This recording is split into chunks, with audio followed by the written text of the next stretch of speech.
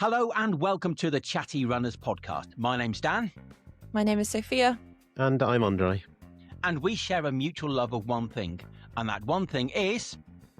Running! Running, of course. Okay, a little bit of audience participation there. So always good to hear. And like all runners, we like to tell people about it. Don't we? That's what we do. We'll stop random strangers in the street and say, hey, hi, I'm just a runner here. So just wanted to let you know. Is that true? Completely true. Yes, Absolutely, definitely. yes. It's not just my little madness. So what better forum than a podcast? And this is it. Episode 1 of the Chatty Runners podcast.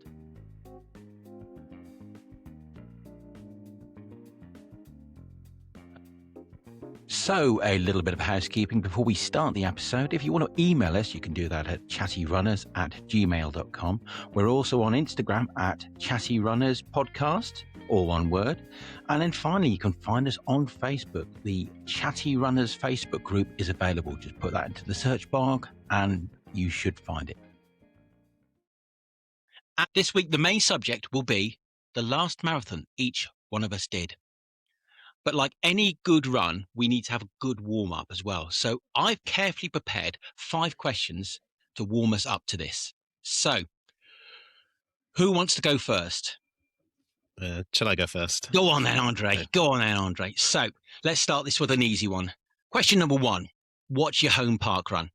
It's Cannon Hill Park in Birmingham. Oh, yes. And it's a lovely park as well.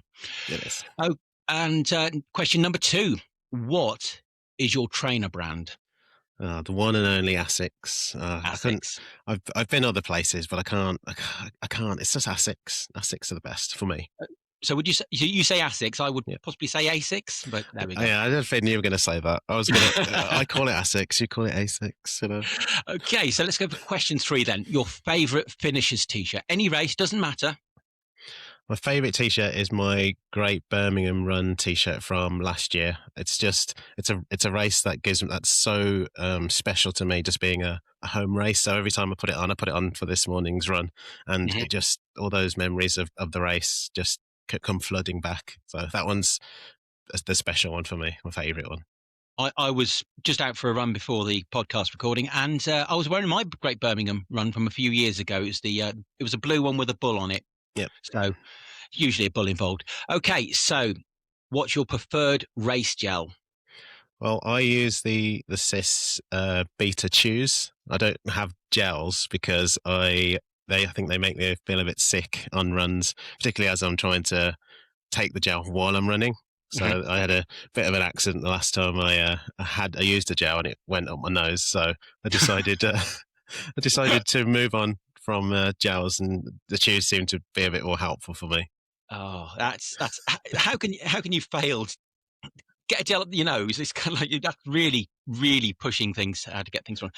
And let's go for the final one here, number 5. You've done a park run. What's your post-run drink? It's an orange flavoured Lucasade. Orange flavoured Lucasade. Yep. Sophia's face lit up when you said orange flavoured. I'm guessing that you like the flavour orange, Sophia. Is that right? I do. I mean, not to spoil my answer, but it's very similar. So I thought you were going to say what I had in mind. I think I know what you're going to say now, but let's keep that one under wraps. So, Andre, would you like to ask those same 5 questions to Sophia? Yes. Okay. So, Sophia, what is your home park run? My home park run now is Ludlow in South Shropshire, but I haven't actually run it. Maybe once. So I'm not a very good park runner. I previously lived in Warwickshire. My home park run then was Stratford-upon-Avon, which I ran a lot more. So part of me is like still seeing that as my home park run as the one I'd kind of run the most. I do like that park in Stratford, so nice. Where they are. That's such a nice park. Lovely. And what is your favourite trainer brand? I am also Team Asics. I also called it Asics until about a year ago when I was informed that no, for the UK, it's Asics. I think in the US, they're allowed to call it Asics. But yeah, not sure why. So Asics it is then. Yeah. And what is your favourite finishers t-shirt? So this one's controversial because it's not an official finishers t-shirt. It was the official race merchandise t-shirt from Asics for the Seville marathon that I ran earlier this year. And it's, I think, just, maybe a better technical fabric. I prefer the color. Yeah, but I did buy it at the expo before I'd run the marathon. So again, I was sort of thinking, I hope I have a great race now because I've spent this money on yet another t-shirt that says Seville on it alongside the finishers t-shirt. But yeah, thankfully I don't have any resentment towards buying that t-shirt before I'd actually ran the race. Side question there. Did you wear that shirt in the race? No. Oh, thank God. This is actually a really trying part of the show for me because I'm discovering new things about you all, and the fact that you're both Asics, call it what you will, runners, then I feel a point of contention coming on here. But go on, Andre, continue. What is your favourite race gel? So I also really like the Cis Beta Fuel range. Love a caffeine gel, or is it technically nootropics in that one? But also really like the kind of standard ones. And I really like the orange flavored one because I feel like out of a lot of other gel brands I've tried, it's, it's sweet. Obviously it's a gel, it's sugary, but the orange flavor one, I think it just has that, like the citrus tang in it. It tastes a bit more like a marmalade or something. It's not all sweet, just complete like flavor overwhelmed from the sweetness of it. So I like that one. I think it's actually, a bit more tolerable to have lots and lots of them. Yeah, that sounds good. And the final question is, what is your post-run drink? Yeah, and it's orange. It's orange flavored again, so I sound like someone who's just really way too into orange flavored stuff. That's not the case. I do have other tastes, but I love an orange Fanta, and I don't know if it's because we're in June now, coming into the summer, thinking of like the holiday orange Fanta drink. So yeah, after a hot race, it's definitely something. Yeah, sparkling, fizzy. Not sure after like a cold race in winter, maybe I'd have a different response, but right now I'm definitely in a summer state of mind. Can I ask an extra question? What is your favourite fruit? Oh my gosh. I was expecting it to surely be only one thing. Well, I'm really second guessing myself because I like orange juice. Let's say an apple because it's a bit different, a bit more standard. A bit like your laptop, Andre. It's an apple. That's the best fruit then. So, Sophia, should we complete this triangle? Do you want to ask me those questions? Yes, and no surprises. And it's a bit unfair because I did write these questions. So you've written the questions and you've heard them asked twice now. So absolutely, yeah. I'm going to show you how it's all done with my skills of answering these questions. Home park run. My home park run is Telford, which is where in the town that I live. It is just the most amazing park run. I've done both of your park runs, both Ludlow, which technically I thought was in Shropshire, but it's actually outside of Shropshire.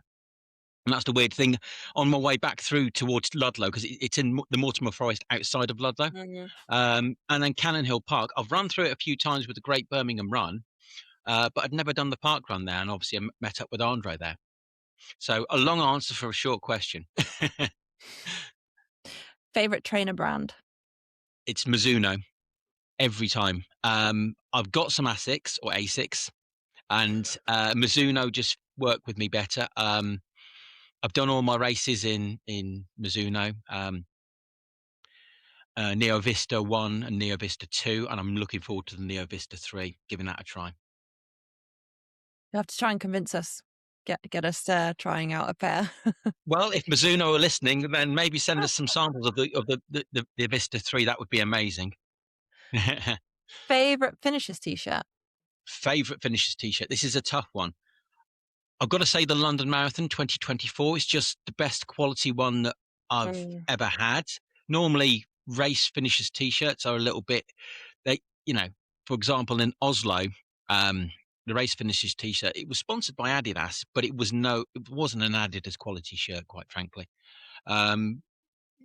close second would be the Copenhagen Marathon, which was Nike, and that was nice and understated. And it's the sort of thing that if you're walking home from a run, then you don't look like, you're some sort of advertising hoarding. The subtle look. Absolutely. Favorite gel for races?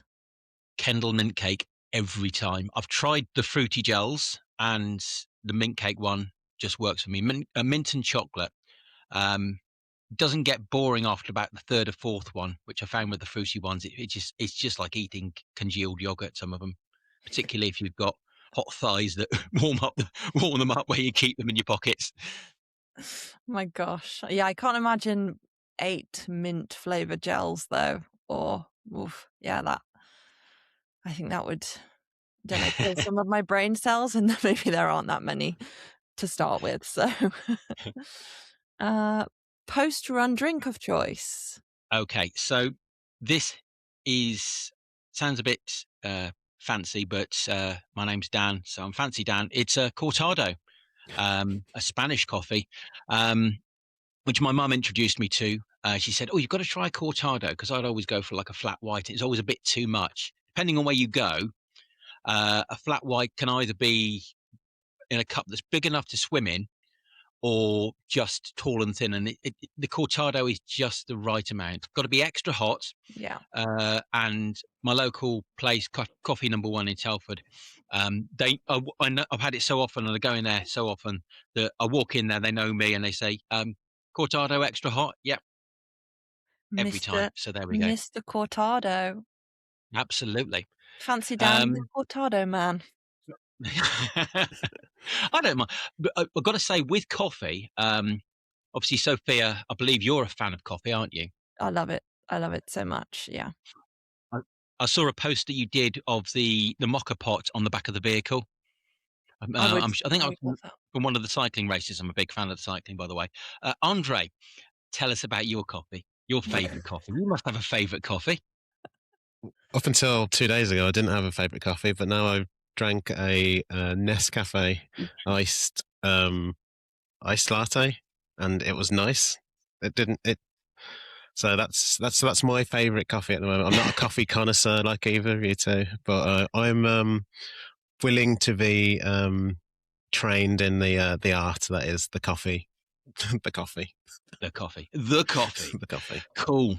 Okay, so now that we've got ourselves a little bit limber, shall we crack on with the main section of the podcast, which in this episode is the last marathon I did was. So who wants to go first then? Did you want to do it in reverse order from what we just did a minute ago with the warm-up? So you first, and then you first, Dan. Yeah. And then Sophia, and then me last. Should do it like that. You're nervous about answering the questions, aren't you? You'll be fine. You'll be fine. Okay. So who wants... So Sophia, do you want to ask me the questions? Or... Yeah. Yep. Okay, so I'll go first then. Seeing as we've now decided that, we've worked that out between the three of us. So Sophia, I'm ready for your questioning. I will continue the interrogation then. You're in the hot seat still. When was your last marathon? Well, it was in April, and it was the Manchester Marathon. Only the second one I've done in the UK, and I know for a fact it's the one that everyone does who don't get into the London Marathon, and I think they've positioned themselves quite nicely as of that. And obviously, Manchester is a lovely city. I've visited many times for shopping, for recreational purposes. Been there to see concerts there. Had a wonderful time though. It is a lovely city. So yeah, Manchester was my last marathon, and it was a blast. Yeah. And I feel like they've done such a good job of being the, London alternative or the London fallback plan that, I mean, I'm convinced now I'd prefer to do Manchester over London. It's won me over. Just, the atmosphere, the vibe, the crowd energy there, I think may, beat London. But then maybe Andre can change my mind on that later. So what made you choose it? So I did the London Marathon in 2024, and I've kind of made a conscious choice not to put my name into the ballot anymore, because it seems a bit unfair, because you hear stories of people getting into London 8 or 9 times on a go. I didn't want to be one of those people that was always like, oh, look, I've done London again. It's like, okay, give other people a chance. So one less person, and it's not going to make a massive difference, but I thought it would. So I carefully looked at all of the options for spring marathons. I made a long list. I watched all of the race videos of all of them. And there was I broke it down to about 5. And I think the 5 were Paris, Geneva, Prague, Manchester, and Edinburgh. And in the end, I thought, let's stay local. Let's go for Manchester. And I just don't regret that decision at all. It was a good choice, and it gave me something to really look forward to in the spring, and know that, for example, previous years when I've done Copenhagen, everyone has done their marathons, and on Copenhagen, it's probably a couple of weeks after most of the main ones.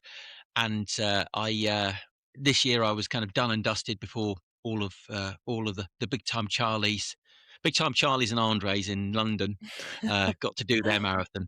So I was nice and relaxed the week later. Yeah, there is a smugness in having your race done before other people's. But then there's also the FOMO once you're in the post race blues, watching other people go out and have their big day. So yeah, swings and roundabouts. What was the pre-race vibe like for Manchester Marathon? So, in my memory of Manchester, I enjoyed the event. It was really good, really enjoyable. Everywhere you looked, there were people who were runners in the city centre on the Saturday before. But I'd been spoilt a bit by doing the Valencia Marathon about 4 or 5 months earlier, where the pre-race vibe was just unbeatable. For any race I've ever done, the pre-race vibe for Valencia is just the best ever. The whole city is just dedicated to running for like about a week or so. Manchester was good. There's no expo to speak of. If you needed to pick up your number, you needed to go to the Adidas shop. And for advice for anyone doing Manchester next year, unless they change it and they get like a hall in one of the exhibition centres in Manchester, don't pick your number up. Get it delivered to your house if they allow that option, because there were long queues and it's not easy to get in. And if you're not staying overnight the night before, it adds to the expense. You have to stay over the night before, really, because you can't collect it on the day. So that would be my feeling of that. When we got to Old Trafford, we got off on the tram stop.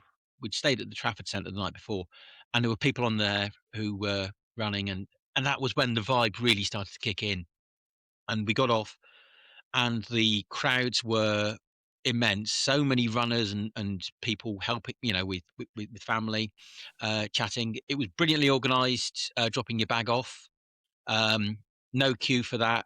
Plenty of toilets. I know a certain middle-aged running man would like to have known that. Sadly, he wasn't able to run it. Tim, if you're listening, hopefully you are listening. I bumped into quite a few people who I hadn't previously met, but 2 of which I'd previously encountered in the physical person, and then a couple who I had seen online. And he was like, "Oh, look at you, it's you." So I bumped into Ben and Mary Bridges from This Messy Happy. Had a chat with them, did a bit of video for my YouTube channel. Other adventures await me. I bumped into Run with Rodney Lowe. Had a chat with him. He was lovely. Very nervous, I could tell. And by the way, if you get a chance to watch his marathon video of Manchester, it's a very different experience to mine. He looks like he had a really tough day, but he got round in the end. Sorry to spoil the ending there, but he was all right and he got round in the end. And I bumped into a woman by the name of Ruth, who I'd met in Valencia halfway around the course. And I was just chatting to her because she was in Norwich. I did a whole Alan Partridge bit of it. And kind of like I said, knowing Alan Partridge would be so proud of you. And she said, knowing me, knowing you, aha. And so it was nice. And she was there, like just in front of me. We had a chat and videoed her, and it was really nice. And it's just nice when the universe does that sort of thing. So getting through to the start line, really good. The Strava police were out. There were 2 guys dressed with signs saying Strava police, and I thought, oh, blimey, steady on, boys. It's only a bit of fun, this. So yeah, the pre-race vibe was pretty good. Could be better, but pretty good. Yeah, I mean, it sounds like you were doing the rounds in terms of meeting and greeting and making lots of friends and making lots of Alan Partridge jokes along the way. How did the race go for you in terms of the running as well? Obviously, as in terms of the people that you got to meet and speak to. So like any polar expedition, I set off in good spirits along what's effectively a dual carriageway from Old Trafford down the Trafford Way down into the city centre. So the first kilometre or so, you're like, oh, there's nobody here. And you're kind of dodging in and out of people to kind of get the right pace. I've been suffering a little bit of a niggle. And at about 2 miles, I thought, oh, this really hurts. Am I going to be able to do this? And doubts started to creep into my mind. I was hitting my pace targets and I was doing okay. About 5 or 6 miles in, I saw my wife at the side. That cheered me on a bit. The further I went, the better I felt. It was a warmish day, but it was cool enough for it to be runnable. So the recent heat wave that we've had, it's been really hot. It wasn't that hot. And it certainly wasn't as hot as the year before for London and for Manchester. I got to the bit at Altrincham where they say, oh, there's a hill, there's a climb. It's not as bad as they say. Compared to the rest of the course, yes, it is steep, but it's easily doable as long as you just focus and push on through. Altrincham was amazing. That buoyed me up a lot. That's just literally at the halfway point. And on the way back, there was a long stretch where there was absolutely no one along the side of the road. The occasional person who'd come out from their house, sat in their driveway in a chair because they couldn't go to the supermarket that day. That was a bit soul destroying. But as you turn back into Manchester, the crowds come back and it's really good. Last 2 or 3 miles were really hard, and I struggled to kind of just keep my head together. But I finished in 3 hours 35, which was a PB for me. And yeah, really good. Nice to get through the finish funnel. Lots of goodies, lots of stuff to collect. So yeah, really went well that day. Though my feet might disagree. The size of the blisters on the end of my toes were just like mushrooms. They were horrible. Oh no, that doesn't sound good. Wasn't great, but they're all right now. Don't worry. And I mean, in terms of the course, I think it's definitely better to have something that you think is going to be a big deal of a hill and then be pleasantly surprised, rather than constantly being told it's pancake flat and then finding yourself disagreeing as you usually think you're on a really steep incline. So yeah, it does sound like a great course. And apart from the section with no crowds, great crowds when they were there lining the streets. So I guess the last question is just any final thoughts, anything you haven't kind of shared that you'd want to comment on for that race? So Andre and I were chatting about this at Wolverhampton the one time, that London is like the destination marathon, and it will always be the destination marathon, but Manchester offers something different. So when London were rumoured, and confirmed that they were looking at a 2-day event for next year, Manchester put on their socials a little note saying 3-day bank holiday weekend marathon, as if to kind of like say, oh, a bit of a joke at London's expense. And it just gets to feel like Manchester's a cool city. Let's face facts. And I think Manchester's probably a cooler marathon. I would say that they need to work on their medal, because it's a little bit dull compared to others. So, for example, if you go to some of the big city marathons, they'll kind of like put like some landmark or something like that on there. Even the Oswestry 10K, they had like a statue of a man with a sheep on there that's in the city, in the town centre.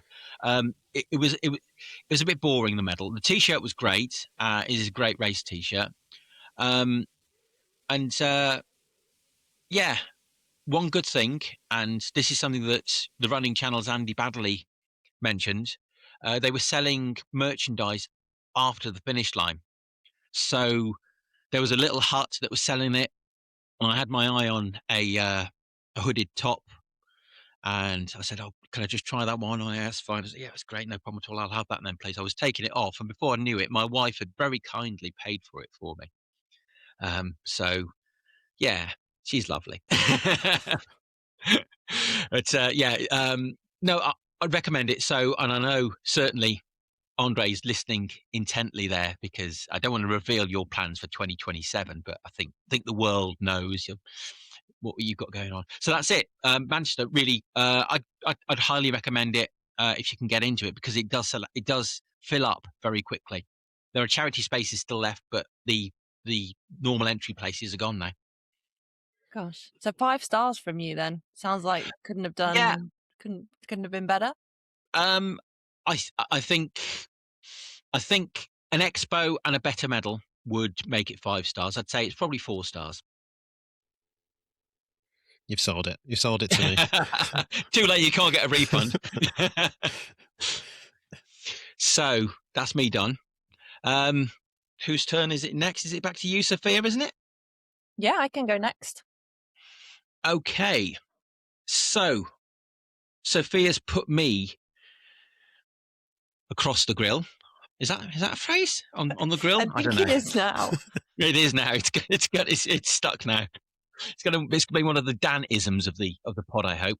So Sophia's given me a good grilling, shall we say? So Sophia, your love of oranges links very nicely. See how I did that little segue there? Links very nicely into, what was your last marathon? My last marathon was Seville in February of this year. Seville's famous for its orange trees. Saw loads of them when I was there.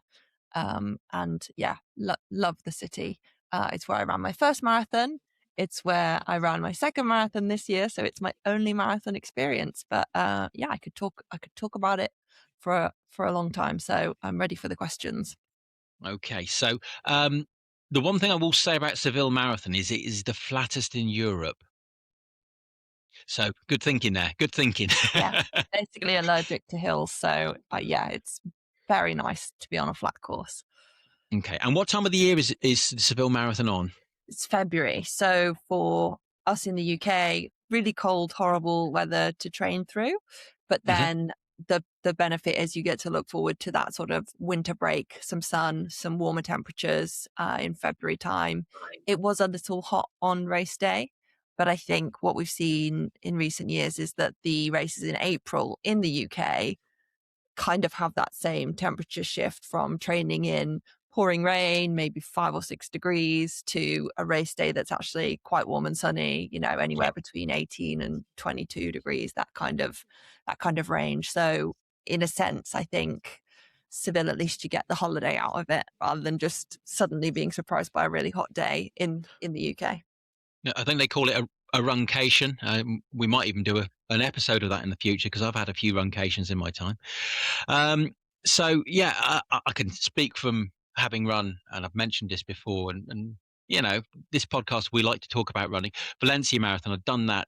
I did that in December, and the orange tree, it's weird. You walk along the street and there's like orange trees just on the pavement, just dropping oranges everywhere. And in Seville, they don't actually eat the oranges; they just make them into marmalade and sell them to the UK. It's it's weird that. Okay, so what? Sorry. Beautiful sunshine, flat course in February. What made you choose it? It's like asking Debbie McGee. So Debbie McGee, what first attracted you to the millionaire Paul Daniels? I don't know who Debbie McGee is, but I'll show you my age there.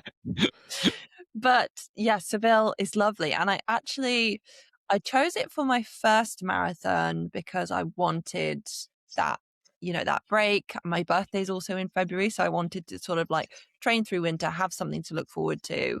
And when I picked it as my first marathon, I wanted to take on the marathon distance as a way to sort of, I don't know, have a bit of a celebration and a specific target around just generally building up my aerobic capacity and running longer distances. I've always preferred shorter distances, and I just felt like it was time to sort of focus on my weakness, push myself to run a bit longer, and to just make it more fun for me. I thought, well, let's put a race in there. Let's run further than I've ever run before. So that's why I picked it the first time.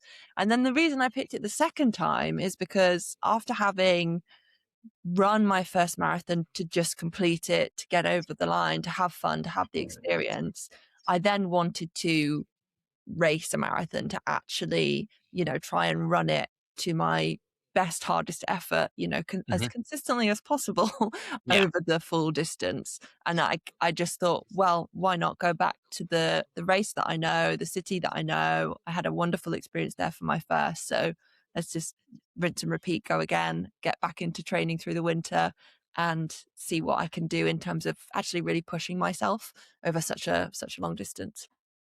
Okay. So, Andre, let's just take a note here for a moment. Sophia's birthday is in February. She dropped a subtle hint there. I'm going to get in there early and say I'm getting her a Terry's chocolate orange, okay? Yes, okay. I'll get an orange. Get me an orange flavoured gel. What date in February? Yes. It's the 16th. 16th, okay. So I think it was actually the day after Seville this year. So it was great. Ran the marathon. Then I could celebrate having done it and my birthday as well. I'm just going to write it up there. Done that. Yep. Cool. So what was the pre-race vibe like? Yeah, so this time around, again, running it to sort of give it my best effort, I just went into hibernation mode. So it was get to the expo, get the bib, carb loading, resting and staying off my feet as much as possible. And I think because I had seen the city before and I really felt like I kind of knew the place quite well, it was quite nice in a way. I knew I was sort of hunkering down and trying not to do too much before the race, but I didn't feel like I was missing out on lots because I knew I had some time to stay there in the city after the race. And like I say, I had been there before, so it didn't feel like a huge shame not to be out and about as much. So yeah, the days before the race, like I said, just lots of time watching TV and eating carbs, which is great. And then the morning of the race and the expo, it's just nice. It's not a huge race. I think about 18,000 runners. So it feels like there's enough atmosphere around the day without it being overcrowded at any point. You can get everywhere very easily. And, in terms of backdrop and things, toilets, not too bad for queues. It's quite well organized, I would say, in terms of having plenty of space for people. And yeah, for me, it was that sweet spot of enough runners to have an atmosphere, but not so many runners that it's just a huge ordeal to get around and get yourself to the start line. Okay. And in my pre-race in Manchester, I bumped into a few influencers and people I had previously met. Did you meet anybody of note from the social media world, running world, or anything like that? He says, leading the question there. Yeah, I met someone that I knew from Instagram. Liza's Running Adventures is the Instagram handle. So we had met previously at an event last year and then followed each other on Instagram after that. And we bumped into each other, which was lovely to see a friend and have someone to kind of share it with. Yeah. But yeah, I think that was probably it. Yeah. Cool. Okay. So let's ask about the race itself. How did the race go?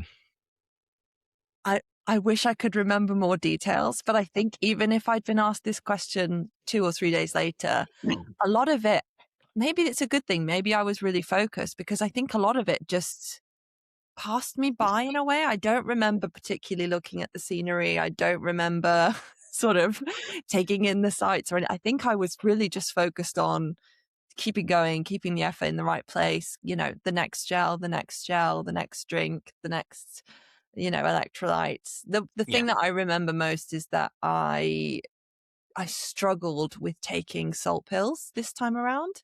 The first time I ran a marathon and throughout training, I've been able to take the precision fuel and hydration salt tablets. I think they're 250 milligrams of sodium in each, but they're big tablets.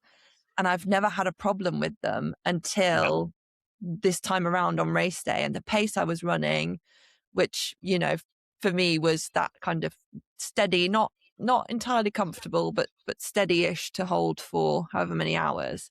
It was obviously just a little bit more intense than how I'd been taking the pills in my training, because they were fine for the first sort of hour and a half. And then I tried to take a salt pill.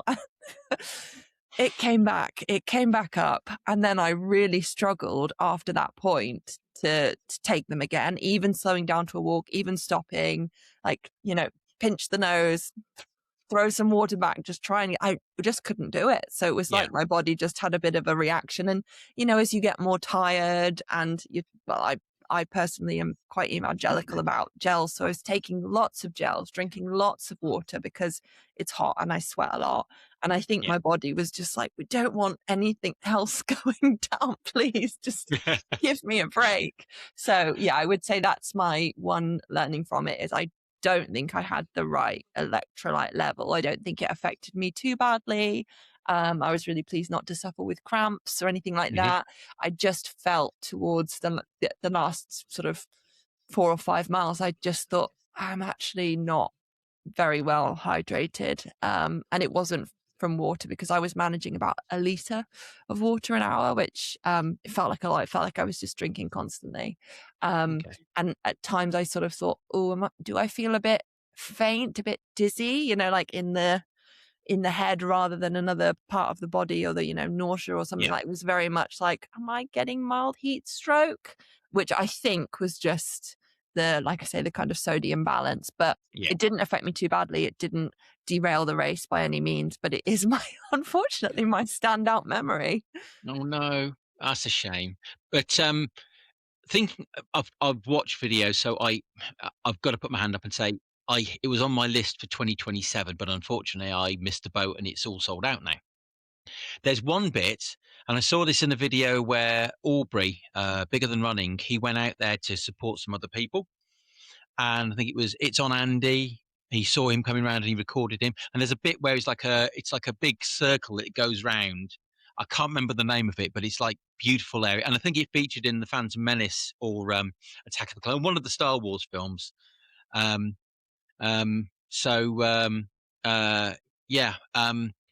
don't know what that one's called, but it's Plaza de España. Plaza de España. Yeah, that's a much better way of saying it. I had the advantage of actually hearing you say it the first time. I think, well, I'm not going to be that bad at the pronunciation. I can see it written down. I'm just not very good at pronouncing it, but it is beautiful. Yeah. Okay. Nice. Yeah, that's good. And do you want to reveal your time? Yes. Yeah, I was 3:54 something. Oh wow, that's good. It was good. So was the second time the faster one? You managed to beat your PB again? Yeah. So when I first ran, I was 4 hours 20 something minutes. Did quite a lot of walking first time round.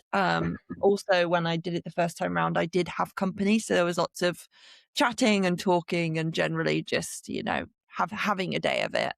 So I didn't really think too much about time. Although when it came to running it this year, there was part of me that thought, gosh, I'm all by myself now. I've got music, but actually was having people to chat to actually a really good distraction. And might I sort of find it harder this time around being just all by myself for that amount of time. So I am glad that didn't sort of affect me. And the terrible playlist I'd made for myself. I mean, I say terrible, bad music. I loved it. So it was great in that sense. That got me through. Go on, name some of your cheesy tracks then. I mean, I love Pitbull. Just anything that's cheesy, like 2010 club hits. That's perfect. He and I have got a same stylist. Can you tell with the hair? It's for anyone who's listening on Spotify, I have no hair on my head. I have a little goatee beard, and I'll give you everything tonight. That's all I know about Pitbull. So, okay, and you ran with music. So, Yes. Andre, your thoughts on running with music when on for such a long distance? I train with music, but for marathons, I've never done it. I've never done it for full marathon. I think because like when I've ever done my longer runs, I need something to distract me. I always feel like I just need to. My mind wanders, so that the longer stuff I generally listen to podcasts, and then the quicker stuff I'll listen to music just to. Because I know if I listen to music while I'm doing a marathon, I'll just go off too quickly and I'll just ruin potentially the rest of the race. But I suppose in the marathons that I've done, the crowd's been quite loud, so it generally tends to drown out any music that I've listened to. But no doubt one day I'll probably do a marathon, or I'll actually be able to hear the music that I listen to. So it's always good to listen to podcasts on the longer run. Oh, cool! Like this one. Hopefully you're listening to this on your long, or maybe even just your 10K. I don't mind, as long as you're listening. So, Sophia, your final thoughts on the Seville Marathon, please.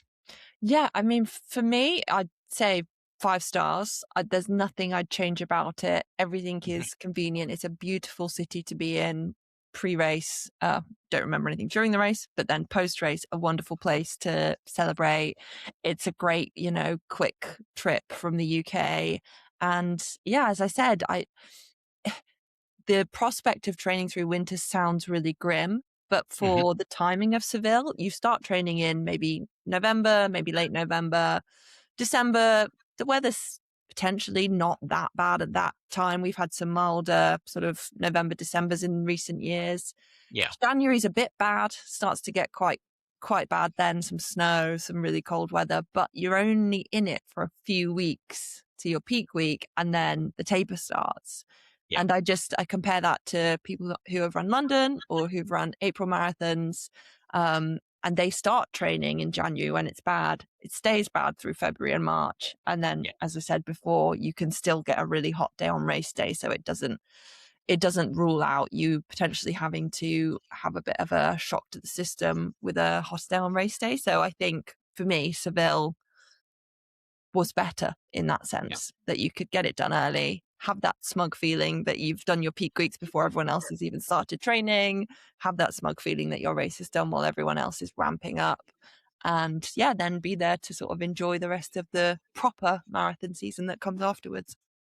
I'm imagining one of those memes, I think the Leonardo DiCaprio one, where he's kind of like holding up his kind of, no, it's the Gene Wilder one. So he's kind of like, oh, so you're running a marathon? I've already done mine. I don't care. It's that sort of thing. So Seville Marathon sounds like a good one to do. It's certainly on my list, but every single marathon's on my list. I want to do them all. We've messed up a little bit here, Sophia, because it should have been Andre asking you the questions and not the other way, not me asking you. So we've kind of looked. So shall we double team him here? Shall we kind of like ask one question each, and then the final one we can ask simultaneously if possible? So ladies first. Do you want to ask Andre about his? Are you ready, Andre? I didn't ask you that question. Are you ready? I'm ready. So Sophia, go with the first question. What was your last marathon, Andre? My last marathon was the London Marathon. And what made you choose it? Well, just feeling sort of the last 3 years or so, I've been every London Marathon day, I'd been glued to the TV from the moment that it'd come on the TV at like 8:30 or whatever to when they switched the finish line cameras off at, let's say, 4:00 or whenever that is.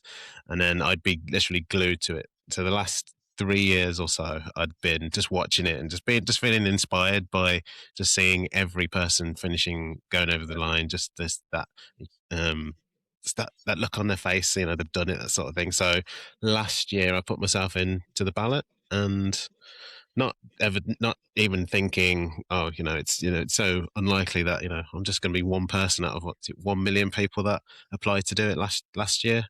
Yeah. And then I had a very lucky year last year, and somehow I got in the ballot for that. So I won a competition to do on the running channel to do the New York Marathon. That was really lucky. And then got a ballot place to do London. So, I wow. mean, getting in through the ballot is hard enough, let alone completing the marathon. What was your backup though? If you hadn't got into London, were you thinking, oh, I'll go and do another marathon, or was it just not even in your thinking? It wasn't even in my thinking. At the time, it was literally going to be doing New York was going to be my one and done, but I'll just put in for the London, and if I get it, I'll do it. I think I did sort of have a plan to do the Shakespeare Marathon in 2027. That was always, even before New York, that was going to be if I'm going to do a marathon, that's going to be the first one in 2027. So I obviously got the bug for it now. Yeah. But no regrets from ever putting my name in the ballot. I suppose if you put it in, then you run the risk of just what happens if you win. If your name gets I suppose it is winning sort of thing, isn't it? Yeah. Well, I mean, you kind of like you were just behind Sebastian Solway time wise, weren't you? He had the advantage of starting a couple of hours before you, so technically you won the race. I was going to say he probably finished before I even started. He was rapid that day. What was, and I think I know the answer to this question, what was the pre-race vibe like in the city of London? It was amazing because obviously being in the UK, you do, for weeks and months before the event, it starts being talked about in the press, and then the weeks leading up to it, you start hearing it, you start seeing the videos from people who are about to do it, and then you start getting in that marathon buzz. It's quite infectious, and then when going down to the expo on the Thursday before, I don't usually travel anywhere really, but it was the first time I've ever traveled to London on my own. So I had that. I was quite nervous about going down to London and getting on the tubes because I'd had a really bad experience with the tubes when I was probably about 5 or so, and those sort of things don't leave you until you can rectify it, which I thankfully have done now. I'm now getting visions of little Andre, separated on his own and in the tube, going, well, this is all very scary. What am I doing? It's just pretty much that's the exact thing. When I was younger, we went to Butlins in Bognor Regis, and we had to go through London, and the tube was packed. And I remember going on a packed tube and holding my mum's hand like this, and we were standing up and just getting nudged and everything like that. The train was all rattling. It was the noisiest thing I'd ever been on. So yeah, I hated it. So I carried that around with me for over 30 years. It's like a real life Home Alone. Yeah. Bognor Regis edition. Oh my goodness. So yeah. So up until that point, the tubes were scary, but now they're not. I love them. And then just being on the expo, and then I went to watch the Running Channel film their podcast on the evening. So I had like a few hours to kill. So I pretty much went into Hyde Park and just sat around and just watching people doing their running and things like that. It was really nice to be in London when it's marathon weekend. And then, we went back home after that. I didn't get back home until like 2:00 because the trains got cancelled. So that's another story. But then we came back down on the Saturday afternoon, came with my mum and my wife.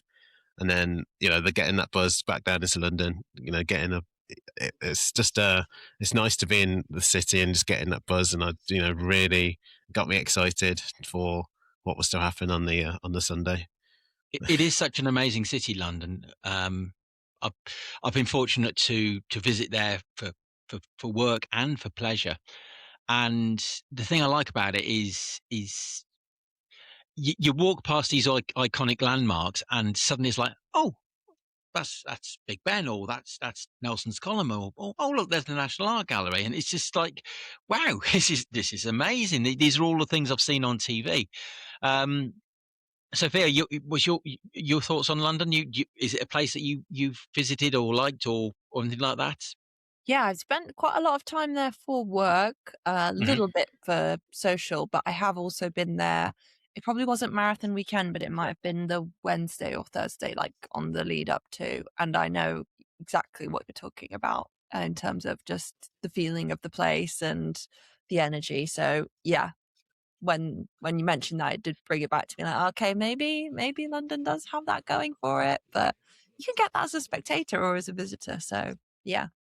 Yeah, it is an amazing place. And I've been there as I've possibly mentioned, you might have heard that I did it in 2024, but my mum and my dad both ran the London Marathon. My dad back in the 1990s and my mum in the noughties. I think Pitbull was at the side of the course cheering her on, probably. So It was Pit Puppy then. So yes, oh yes. Yes, he was just a mere strapling.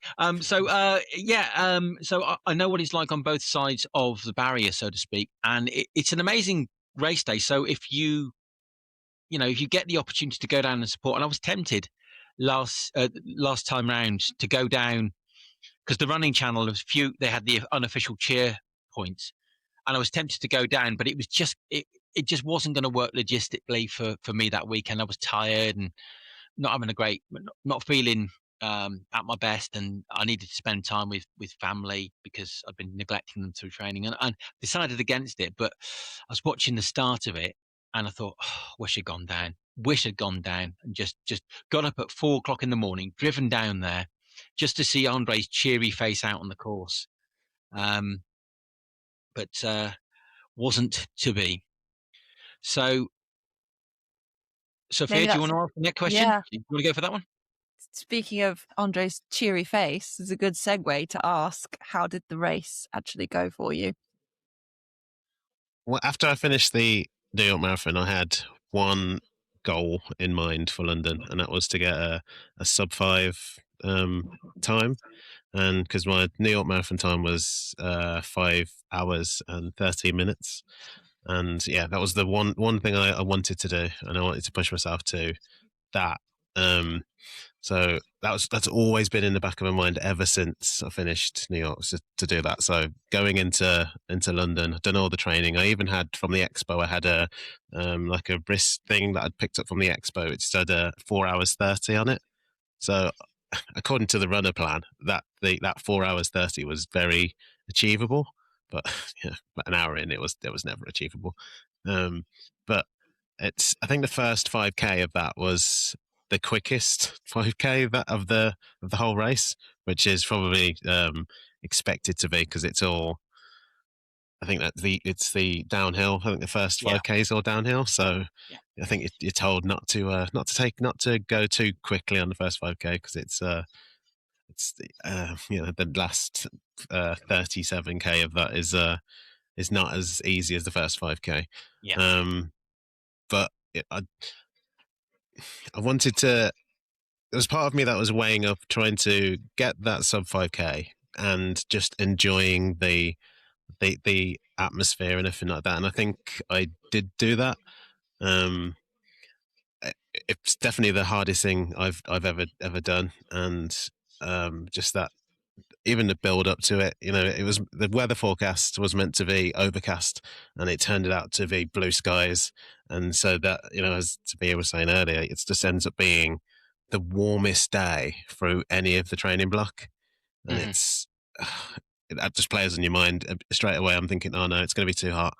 I brought my long sleeves. I'm wearing completely the wrong thing, but I just thought I'm just gonna go with it. Dropped my bag off at the truck, and I just thought that's just go for it, and I did. And there's bits of the whole race that are blank. Like I can't remember the last 10K. Talk about going past like Big Ben and things like that. I cannot remember going past Big Ben at all. Yeah, there's a photo of me with Big Ben behind me. Cannot remember seeing it. I remember seeing the London Eye. That was the last thing that I remember from the last 5K, or however long it is. But up until that, every water point I was taking, or I was taking my gels. It's the first time in a run for that long that I've been strict on myself with my gels to trying to fuel correctly and everything like that. And I think I did. And I saw my wife just near Big Ben, and she was like the first person that I'd seen that I'd known, and just one of those things where I think I'd hit the wall, and just seeing her just for that last 1K, just like I was like, yeah, okay, that's it. That was it. I was in so much pain though, because my quads and my hamstrings started cramping up. So I was in so much pain, and cramp is just the worst, isn't it? It is, and I wouldn't wish it on my worst enemy, just because I couldn't. I was literally properly doing the walk running and everything like that, and I was just like, although it happened much later on than in my New York marathon, so swings and roundabouts. There's that's a bit of a improvement there, but and you see that was it 385 yards to go. Right just before right outside Buckingham Palace. I don't actually know how far 385 yards is, but I'm just going to run that all the rest of the way, and just crossing that line is the best feeling ever. And I did my sub 5. I did 4 hours 53 minutes and 50 seconds, so I got like 20-minute PB. So I was so proud of that. I could do. I'm not really fussed about times. I really want to just enjoy it. But I set that one goal of a sub 5, and if I don't break any other PBs, I'm happy with breaking like a sub 5. I feel like that's a good milestone for me. I don't think I can get much like significantly quicker than I am, but you never know. But I'm happy with what I achieved during that marathon. Well, I'll be honest with you. I was tracking you all day long. I'd loaded the London Marathon track, and I had you and a few other people that I knew, and I was refreshing all the time. And I was like a gambler who had an accumulator with all of his horses coming in, and I was seeing that yes, that person's finishing, that person finished, and that person finished, and you were still going. I was like, come on, Andre, you bloody got this, mate. You bloody got this. And it was just so nice to see you, see you finish, see your posts on Instagram, because it was just amazing. And I was chuffed for you to be in the race, because it's an amazing one. And Sophia, if you ever get the chance to do it, go for it. It's definitely worth it. But yeah, I'm so chuffed for you, mate. Too. You've done 2 top-notch marathons there, 2 of the world majors. Yeah, that's the question. No more majors. It's all right, guys. Andre's retired from majors. You can go back to them now. So Sophia, do you want to go for the last question? Final thoughts? Yeah.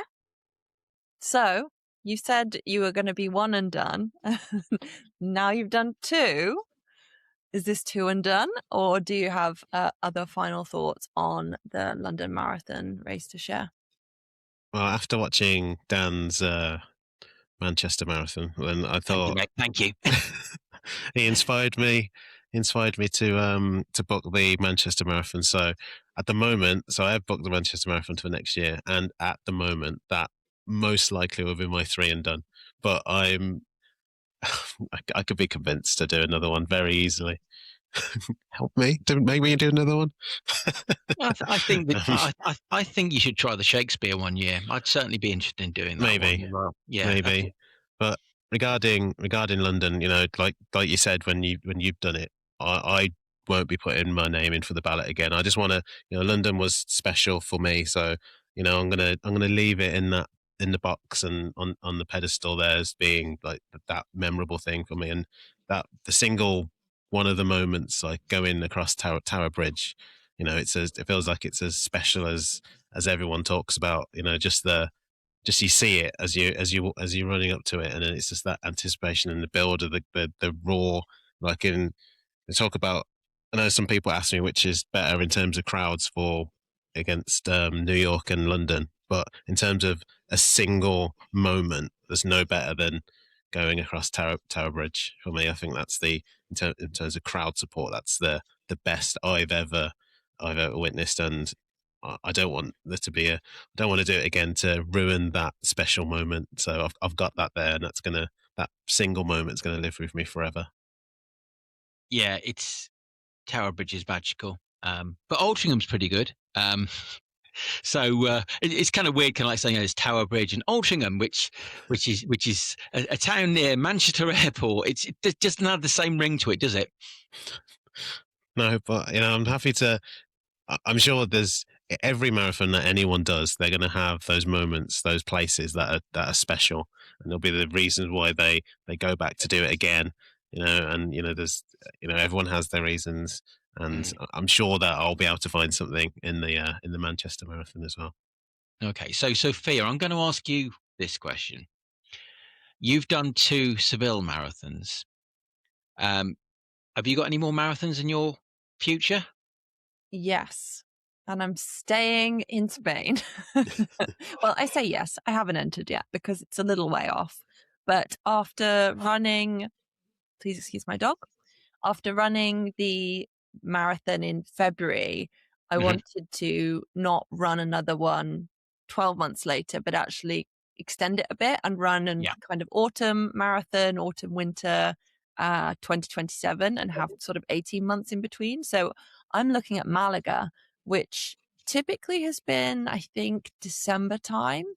But I believe for this year or from next year, they're looking at pulling it a little bit earlier, and it will fall in November. So I'm looking at November 27, Malaga, which means I'll be keeping a close eye on when entries open, because to the point you made earlier, everything sells out so quickly. You have to really plan ahead, even in the smaller races, to get a place.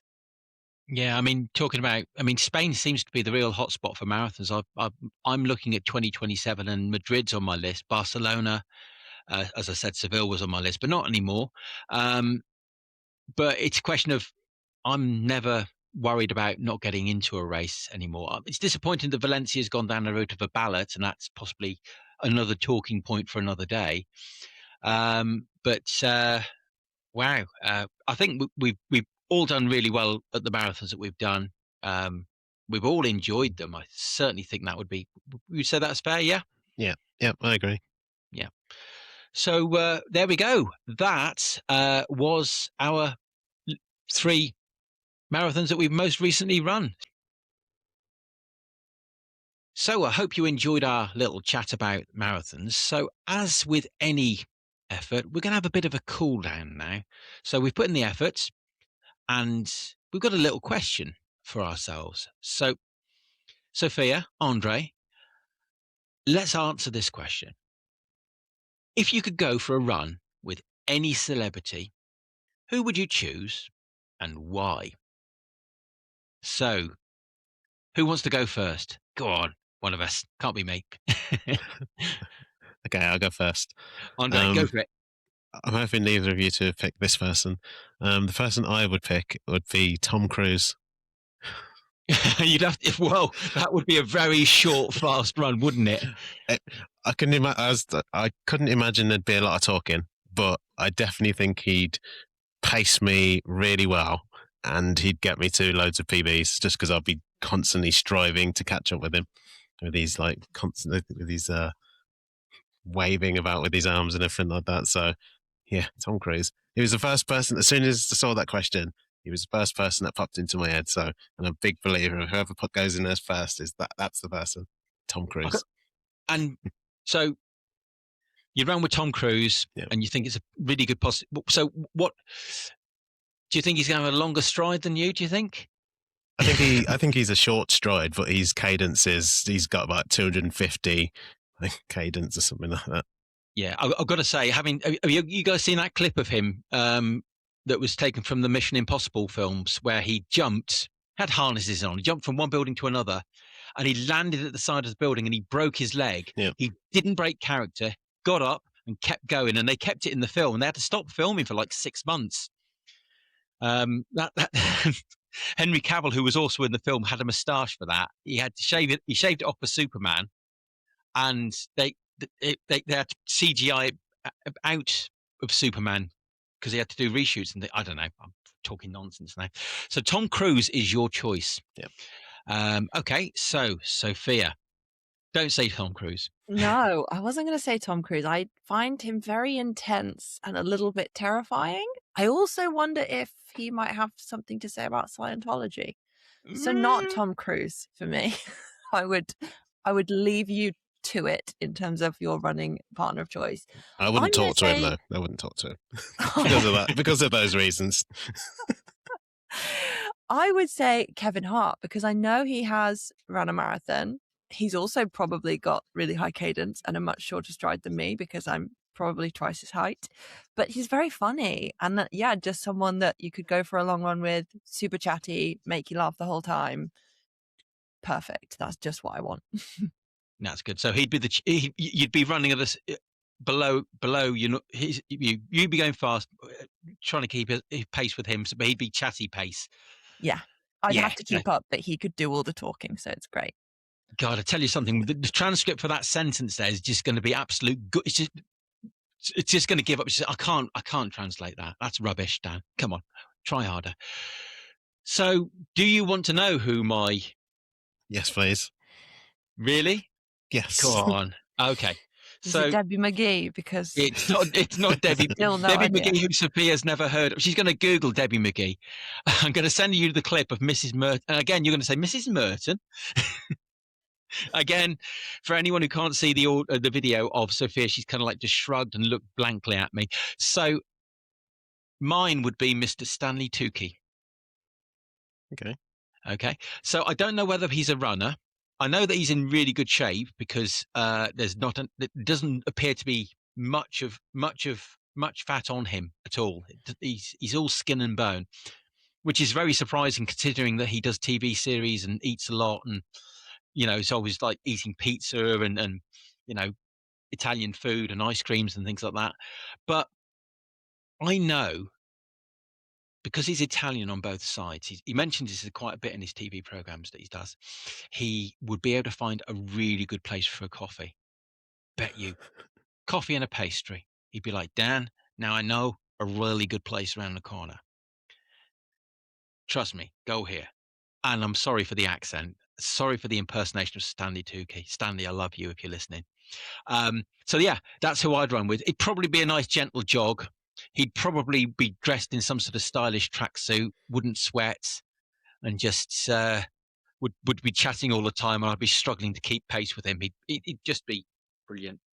So that's our three choices.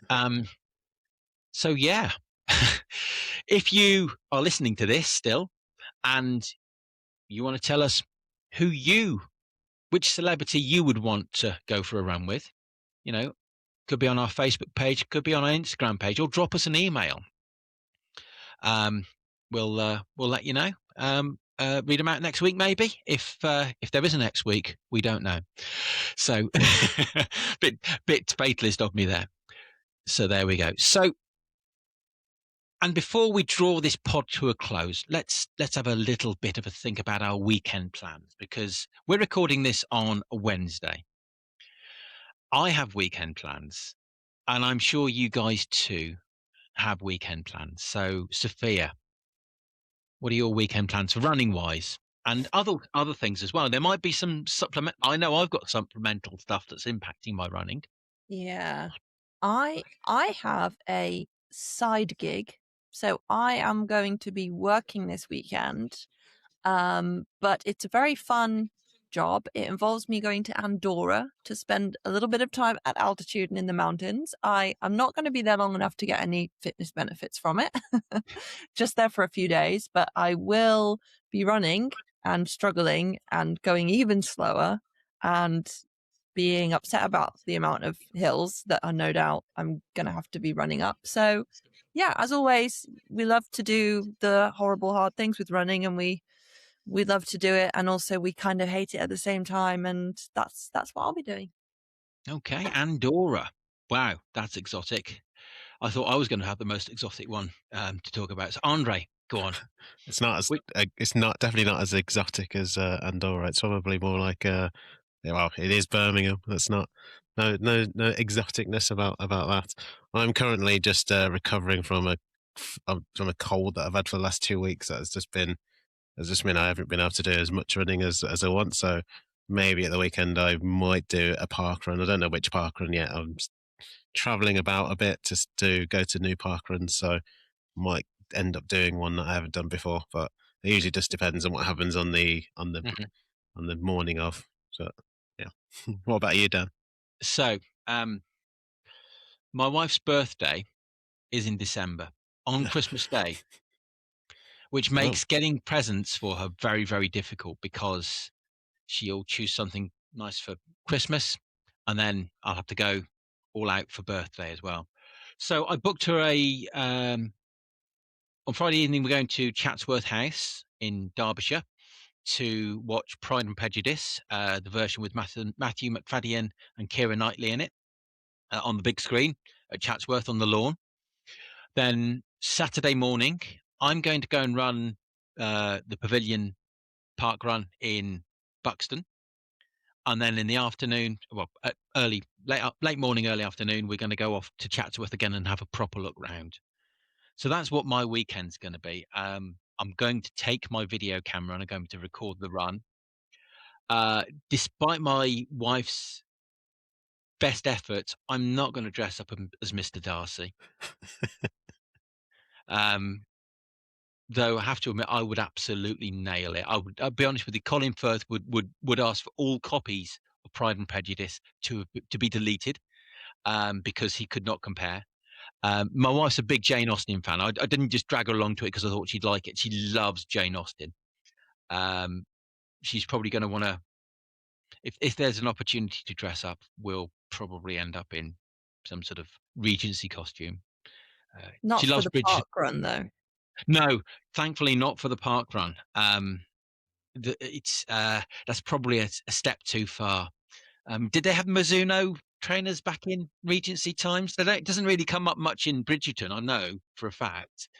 But I know, yeah. Jane Austen. Do you think Jane Austen would do park run? Dearest reader, today I set a PB. I had a very naughty cup of coffee. That lovely Mr. Darcy was across the way. Oh, how he makes my heart skip a beat. My VO2 max is now 52. That came a bit Cool. too easily. Have you been writing?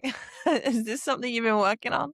No, not at all. I wish it had been something I would have written something a bit better than that. It's called Natural Wit and Charm, darling. So those are our weekend plans. Hopefully, you, the listener to this wonderful pod, have got some weekend plans, and we'd like to hear about your weekend plans on our socials as well. We'll leave the socials at the end. I'll read those out in a separate bit from the script. And that's it. So, Sophia, do you want to just give everyone your socials, your social media account, your Instagram account? Because you're on Instagram, aren't you? Yes, my Instagram is at Sophia the Runner. All one word, no spaces. Yeah, that's Sophia it. the Run. Don't hang out anywhere else. That's your only hangout. You can only get Sophia on Instagram. And Andre, I know you're all over the socials. They're probably, as I've said, there's probably social media channels that they've not yet invented that you've already registered an account for. Go on, give us your socials. Everywhere I am Andre Runs with a Z at the end. So I'm on Instagram, TikTok, and YouTube.